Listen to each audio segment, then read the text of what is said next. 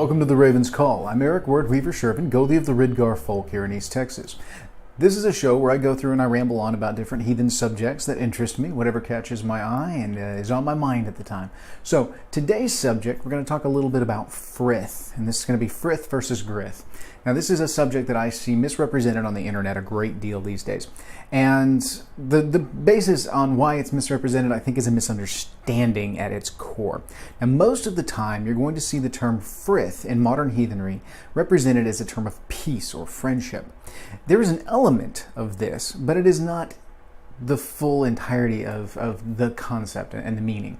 And this is what I think gives rise to the misuse of the term, especially in online communities. All right, so let's start by looking at the term Frith. Okay, Frith itself is not friendship. It is not peace. The term Frith represents the relationship shared amongst the Innengard and amongst close-tied individuals, and the core element of it is trust. Now, I emphasize this because in a lot of times what you'll see is you'll hear people online talk about, well, I'm going to, this is a Frithstead online and everybody needs to be friendly and kind and, be good and cease fire and blah, blah, blah, blah, blah. We're going to come back to that. But you will find a lot of times you'll also hear people say that, they're going to go out and share the Frith. They're going to go out and enjoy Frith with other people. That's not how this works. Frith is not something that's instantaneously created. Frith is not something you just magically bring up. Frith is not something that happens right away. Frith takes time to build. Frith is the pervasive energy that one feels, the sense of safety, the sense of trust, the sense of family that comes from, say, a family. Now, Frith does have an element of peace. The idea behind it is that it is the trust in the individuals around you, that they will not betray you, they will not harm you, and they will not do anything to break this bond of trust that you have. Frith is that very real, very, very strong energy that flows between people. And it is built by sharing weird. It is built by spending physical time with individuals.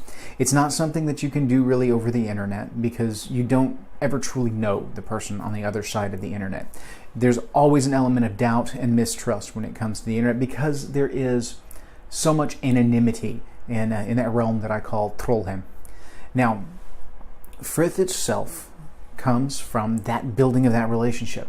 I always say that heathenry is a folkway of relationships, and this is very much the case when it comes to Frith. Frith itself is a naturally occurring energy, a naturally occurring power in interactions in general. And the way that works is that we get to know each other. We spend time together. We get to trust one another. And then that natural energy builds up between us. You can feel Frith in a group. You can feel when Frith is in danger. Frith can be broken. Frith can be broken by major betrayals, by a betrayal of the trust, in a physical betrayal and an emotional betrayal. But even then, Frith is very hardy. Frith doesn't just break down at the first offense. It takes time to build Frith. It takes time to destroy Frith. Now, there are things, major betrayals, that can shatter Frith in an instant, but it has to be something major. It can't be something just minor. Frith is much hardier than that because it takes so long to build. It grows like a tree would grow.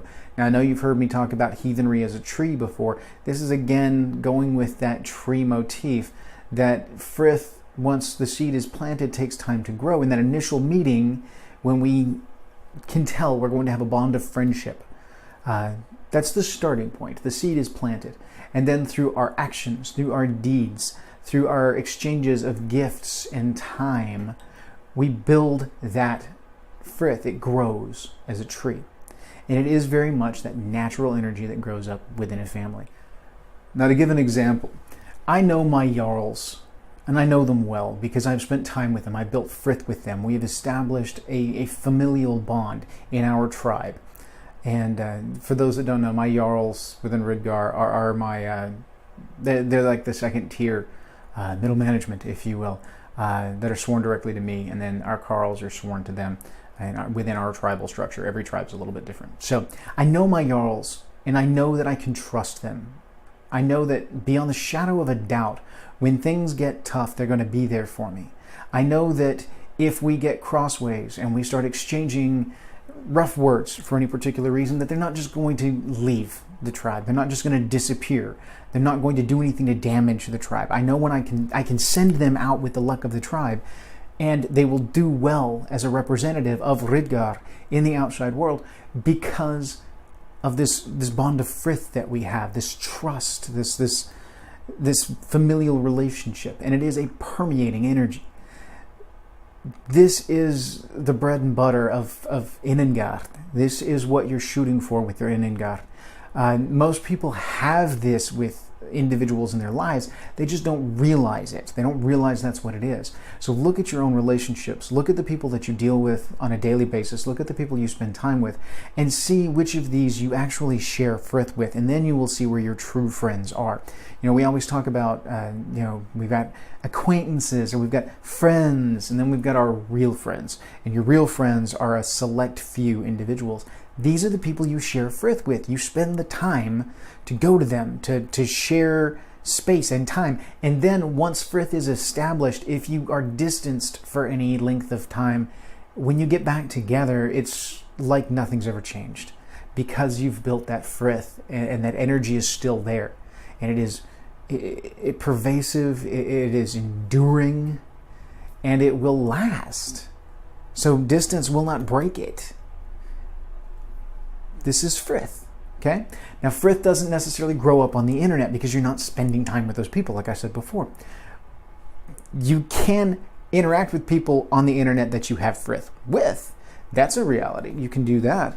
But frith itself really needs to be built in the real world. Heathenry doesn't really happen online. It happens in the real world.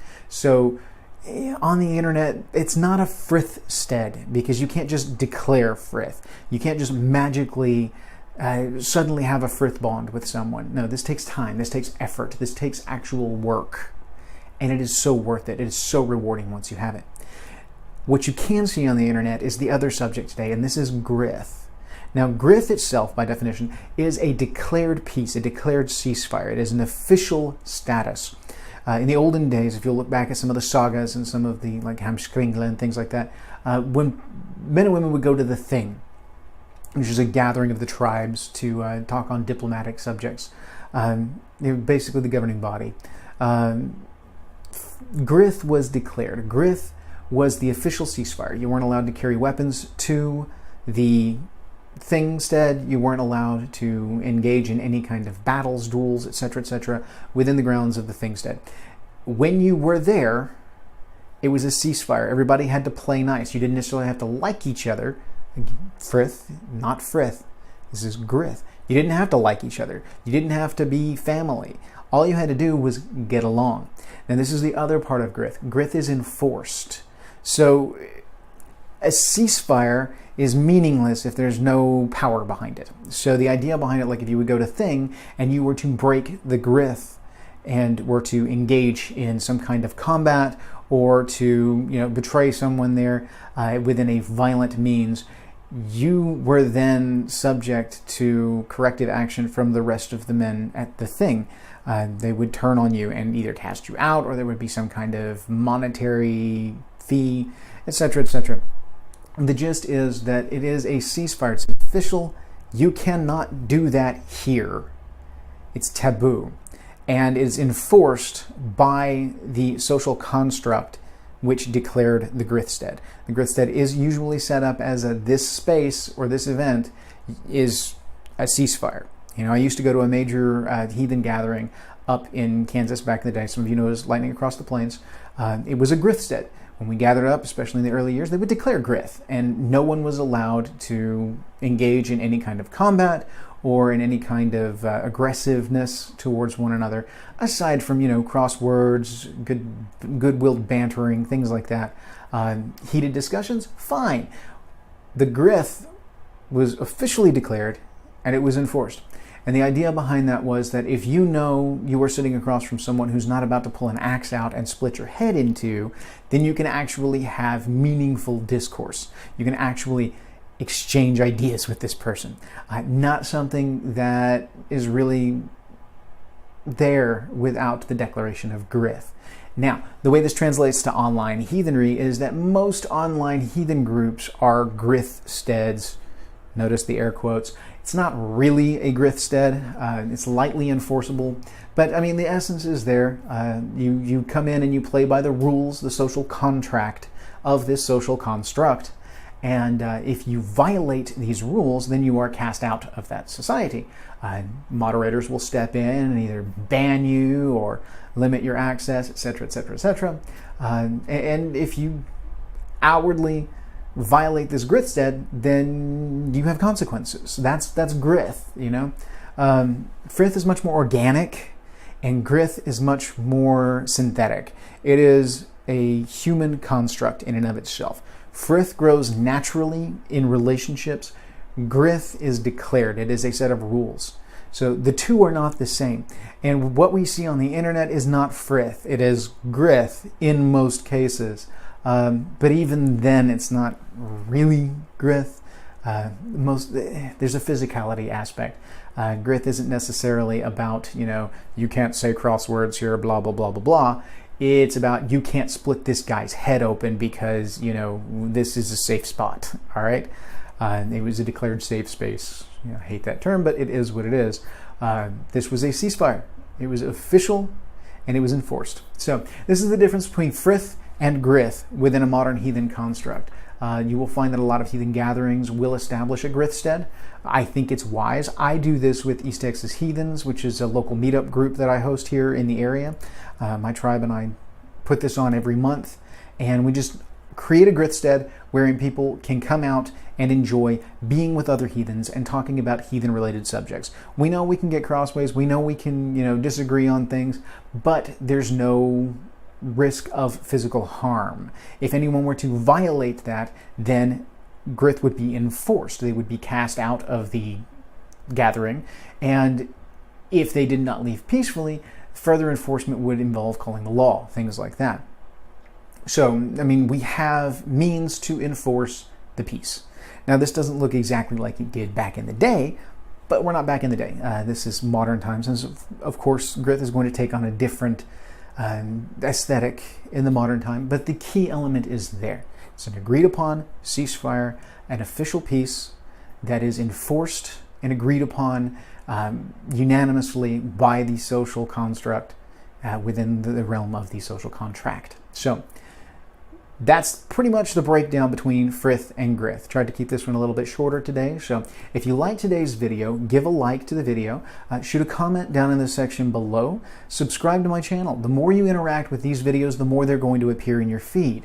Also, the more that you interact with these, the more like these you will see pop up in the future. So I also have a Facebook group called wordweaverproductions.com. Hit it up. I get a lot of insight from there, and I look for future feedback from you guys. So thank you. Have a great day.